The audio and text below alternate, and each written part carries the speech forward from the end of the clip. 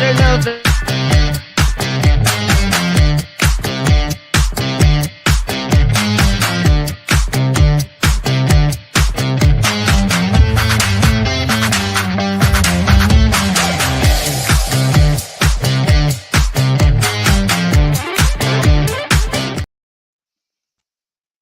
So I love how we went early when our little intro thing says we go live at 5 Eastern. Anyways, hello everyone. We have not went live in a very long time. We have not. And I do have this still marked as a pre-season I because used your same label for mine too. I was like, oh, we need to be consistent, but go ahead. I used pre-season because we're not going to officially start until February now. I know. You know what? But this is a good way to tell people like sometimes you have a launch date and then, your partner in that launch date decides to freaking move to Shreveport and you have to like push By the way, it's not me moving to Shreveport. So, it's her. Okay? Yeah, So, we had to like kind of push things back a little bit. we definitely did. But one of the great things, so last month we weren't we weren't live at all last month because I was in Shreveport doing in-person work. Yes. One of the great things that Sarah and I get to do is we get to work online all the time. We do. And I had the opportunity to go work in person. And then it kind of turned into, hey, I can afford a little bit better of a lifestyle if I live down here.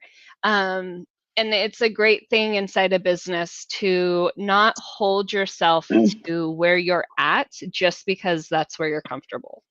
Um, Yeah, and I agree with that. But I also think that this is a good, we're going to get into our actual topic here in a second, but this is a good time to talk about two things, in my opinion. One, the ups and downs of working in person and working virtually. We could talk about that for a little bit. But also, knowing knowing that change doesn't have to be bad. Because you know what? Since COVID happened, and I'm going to say it, job changes have been stupid and bad, right? Mass layoffs, this, that, and the third, downsizing, people not being able to find jobs for months on end. And sometimes we forget that we can choose change and we can make things better for ourselves, right? And I think it's good to note that I made jokes at the beginning that Brittany messed it all up moving to Shreveport, but she's making changes to better herself, and that is something we should all think about doing. Yep. And So the support that comes from Sarah inside of that decision, the support that comes from a lot of people around me, I'm really excited for that. And I do like what you said, Sarah. It's, embracing change and embracing that we can do things different than how we did it before. We're allowed, for a long time, I think we always thought we weren't allowed.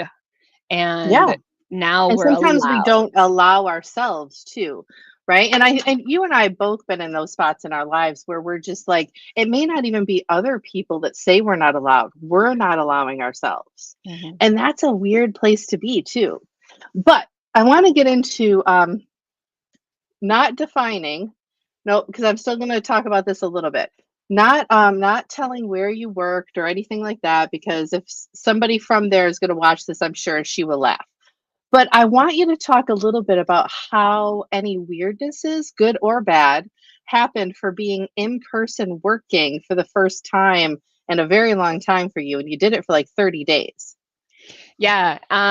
So in person, and we've talked about this a lot. A lot of entrepreneurs and business owners move away from the corporate world because we no longer have tolerance of people. Right. And so when you take on a project that puts you in the middle of staffing and management and ownership, and you're like right dead center in the middle of a Mhm. company rebuild, that's a lot of people. A lot of people, a lot of humans.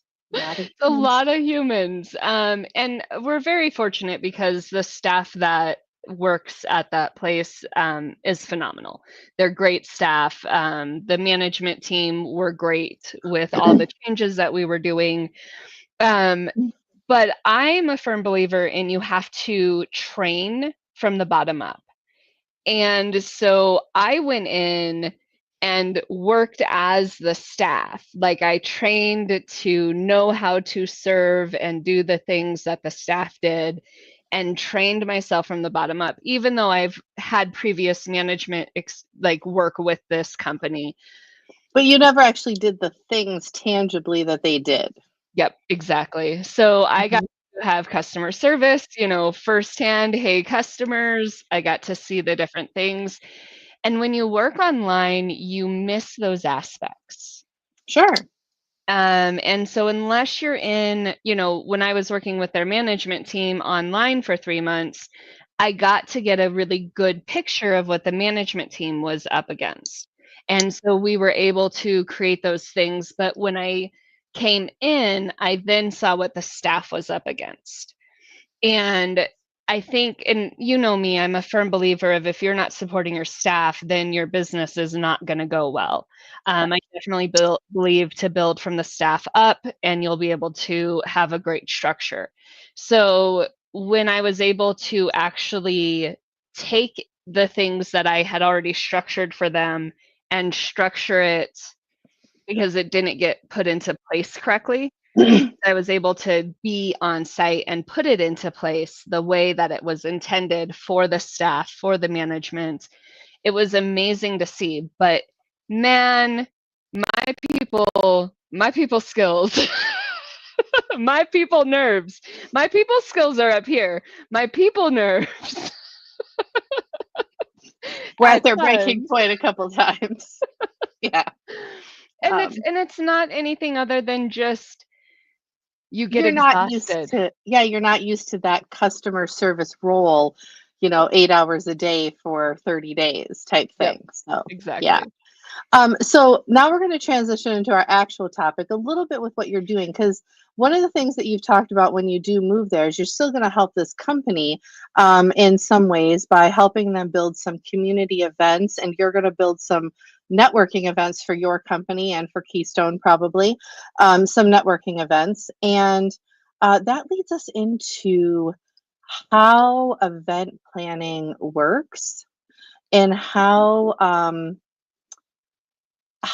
that can help your company, like doing events for your company, but how you can do kind of major events like galas, even, or local events, and get sponsors and help with those if you don't have the financial ability, or in this case, a place to actually host those events. So how do you do that?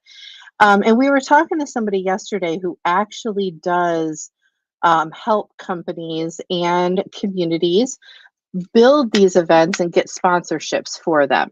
And I'm going to spotlight her just for a second because it was a great Sure. conversation. Sarah and I have not yet worked with her, but the conversation and the questions that she asked inside of yesterday's meeting were great.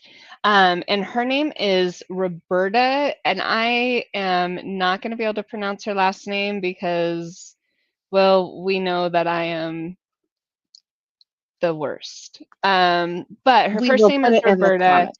I'm gonna put it in the comments right now. And then her company is event sponsorship. She does event sponsorship education, and she's a consultant on it. Mhm. And one of the things that the reason why we're talking about it is because when you work in your own business and a client wants something immediately, it's very hard to explain to them that immediately is not a word. Yes.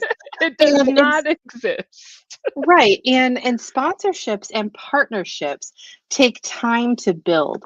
So one of the things that we talked to her about was how she'll have people call and they'll be like, "Hey, my event's in 3 weeks. Can you find me $25,000 in sponsors?" And it's like, no. no, I can't. Like, that's literally impossible.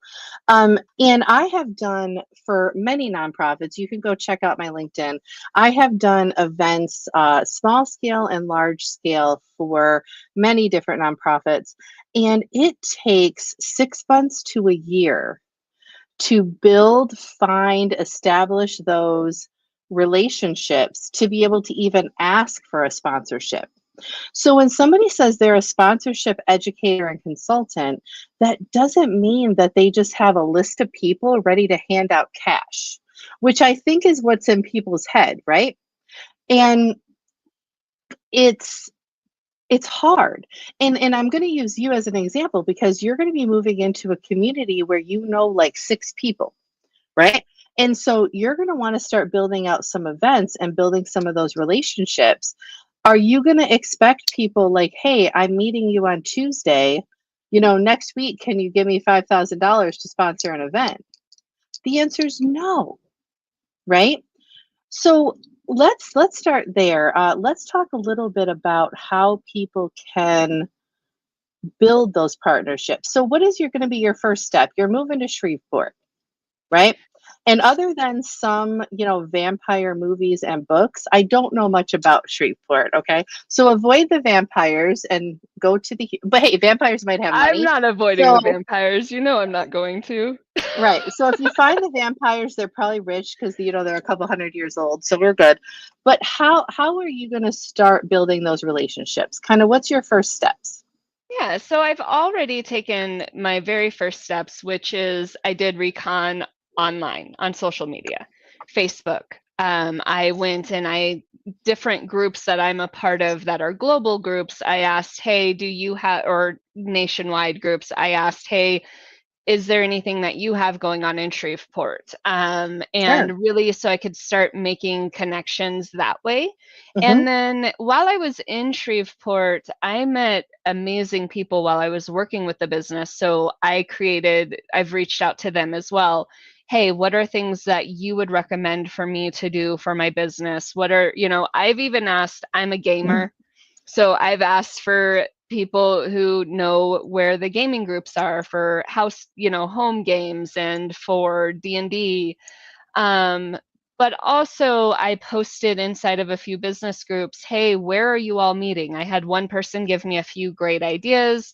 And then I also asked, we're going to host, what works best for you guys?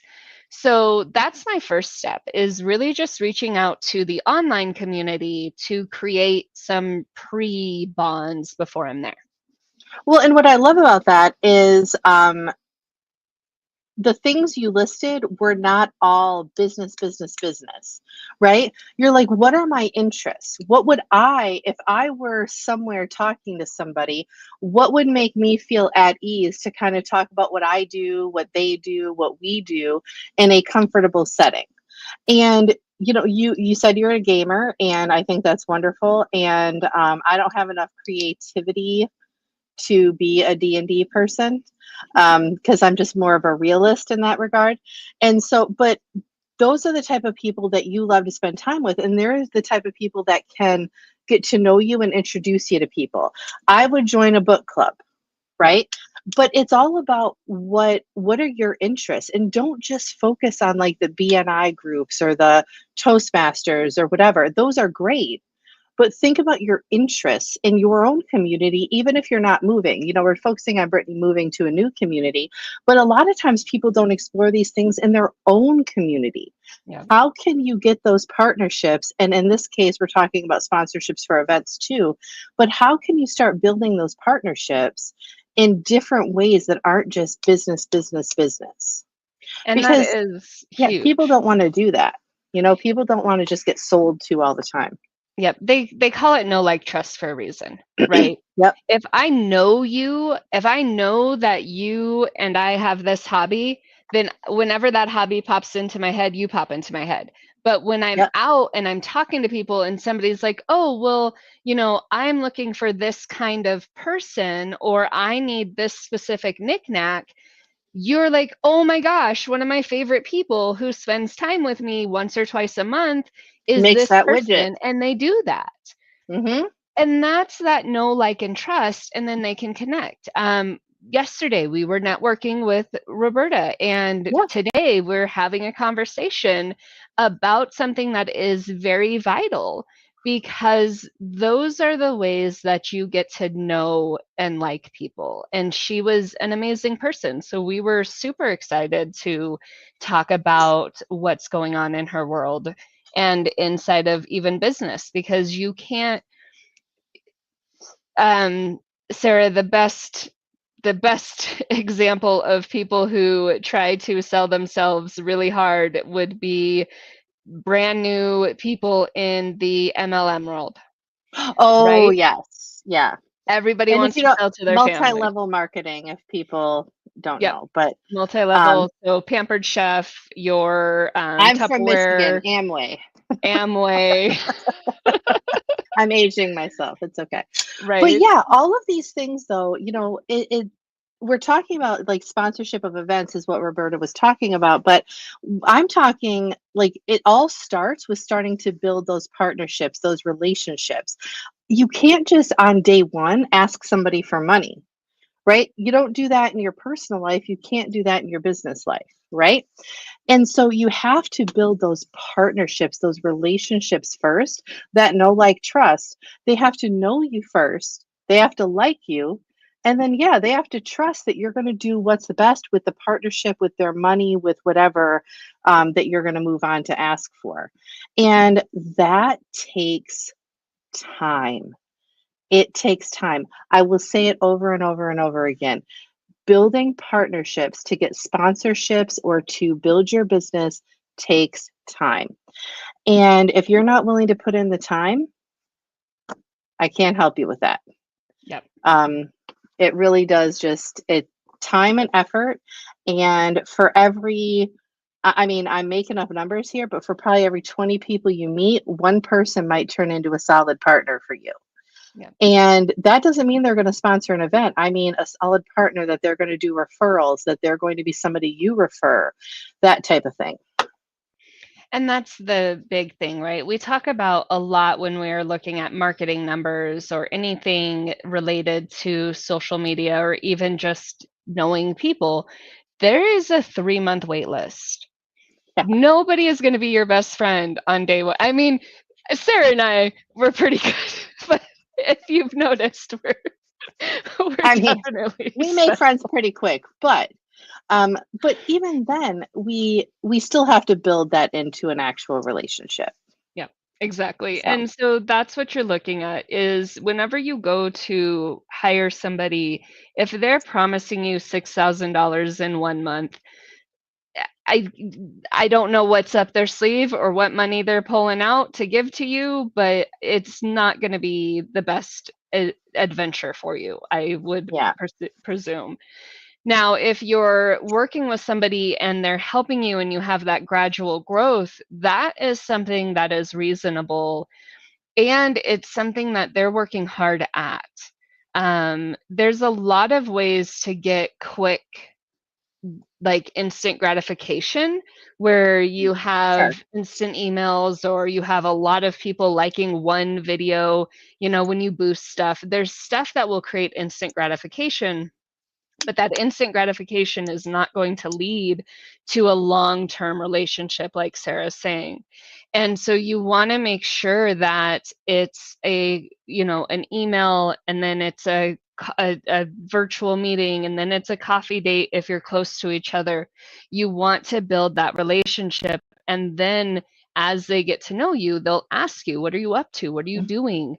Yeah, I'm working on this. Your business would be great for as a partner for this, and I have different donation levels. Those are things that can come out when they're Yes. ready to ask. Yeah, and this is really like a little bit of a change, but it's just something that popped into my head because I'm kind of focused on what you're going to be doing in Shreveport. It's kind of, you're moving on the 18th or whatever, so it's kind of in my head. So one of the things though is the company that you had went to and worked for 30 days that you're going to be helping when you move also.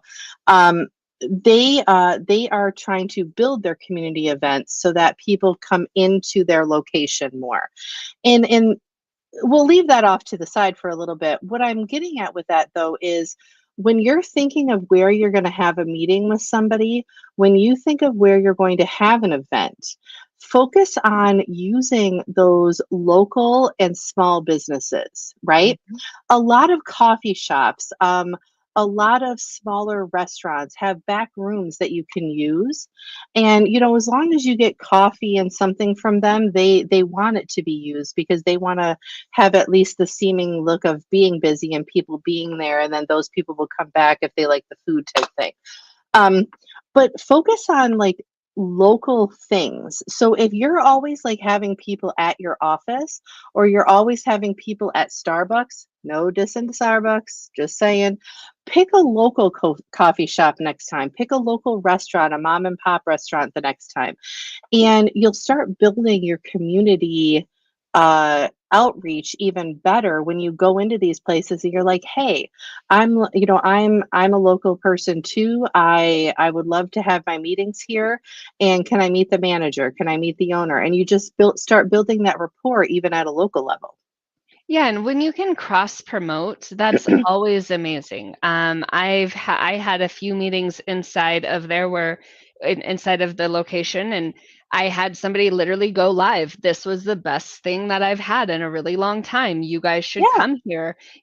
When you can bring people and then you can start to cross promote, that business is going to say, "Oh, did you see so and so having a business meeting here? You should join us for our business meeting." And now your name is getting seen in more places than just by yourself. And And it that's can be huge. free marketing. Free marketing is wonderful, right? When they can name drop you, that's a better free marketing than you could ask for. It is. It's And it allows those points of contact. mhm. So I think we have covered a lot in this little thing. I think we've talked fast. So is there anything I'm forgetting that we No, talked about yesterday? but can you do just a can you do just like 5 tip recap? A 5 tip recap? Oh, Hmm. lordy be.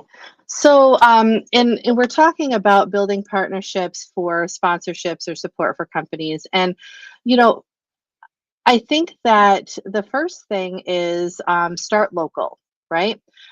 Start local, find out what your local interests are, where you can expand that's beyond just business meetings, right? That's beyond those chamber meetings. What are your interests? Um, be sure that you are aware this takes time. 100% it takes time. Don't think it's going to be an overnight success, right? In normal business, in order to make a sale, it takes 7 touches. But you're even with sponsorships, with partnerships, you're looking at more than just somebody buying your stuff, right? So you got to think you need to have lunch, conversation, quick message more than 7 times with this person to ask them for money. And so think of how long that could take to build that. And the quicker you start, the better. Um, and I think with all of that, it's I don't think I could do 5. Do What did I? 3. You've got one more. I know I you have do. one more. Okay, Just one more. so the one more would be to be aware that change can be a good thing. And so if you've always been used to doing things the same way, try something different. If your pitch isn't working for you, like you're not getting a lot of sales, at least you don't think, try a new pitch. If you don't like Grand Junction, Colorado, don't move to Shreveport per se, because Brittany is, but try the neighboring town, right? Try having a meeting in the neighboring town. Expand yourself a little bit and try something new. So, those would be my 3 steps to building partnerships that work. All right. So outreach, time, and different approaches. Wonderful. And she is great with these little pop ups, isn't she? Typing while I talk. I do have to say, we're going to give credit where credit's due with Brittany because her typing, when she's typing fast, is usually not spelling well either. She spells well when she thinks about it, but her quick typing isn't. And that is amazing. She has it all good there and it's orange. So, Keystone Network. is our YouTube channel that is going to be going more live in February. Okay. So if you don't already follow us on YouTube, Facebook, LinkedIn, whatever, but follow us on YouTube because that's where the majority of our stuff is going to be. But Brittany, I'm going to give my little spiel about me.